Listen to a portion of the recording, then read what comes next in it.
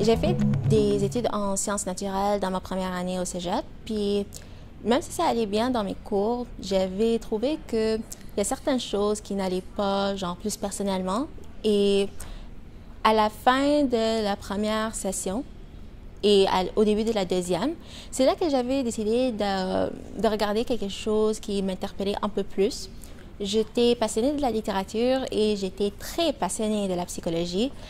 Et pour moi, le choix était un peu évident. Donc, à ma deuxième session, j'avais choisi de changer de programme. Puis, je pense que c'était ma seule bonne choix dans ma vie.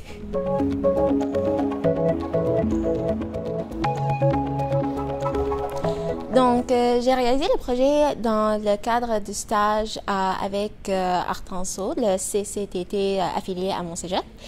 Et ce qui a commencé l'idée, c'est juste moi qui étais en train de marcher dans les couloirs du pavillon d'art visuel.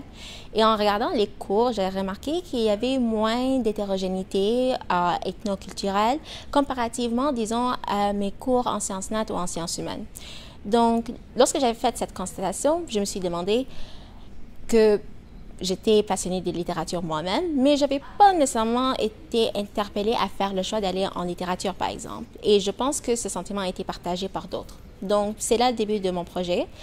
Est-ce que la création artistique professionnelle est un privilège exclusif à ceux qui sont ancrés déjà dans une culture artistique et musicale professionnelle? Et ça dirait quoi, justement, de la situation des immigrants? Et à travers les réponses au questionnaire qui étaient destinées aux enseignants coordonnateurs et aux étudiants immigrants dans les programmes d'art et de culture et dans le programme extérieur à ces programmes, j'avais réalisé qu'il y avait une manque de communication entre les deux communautés et qu'il y a plusieurs pistes d'intervention possibles. Ce n'est qu'une étude préliminaire et je suis très, très enthousiaste pour voir quelles autres conclusions peuvent être établies après.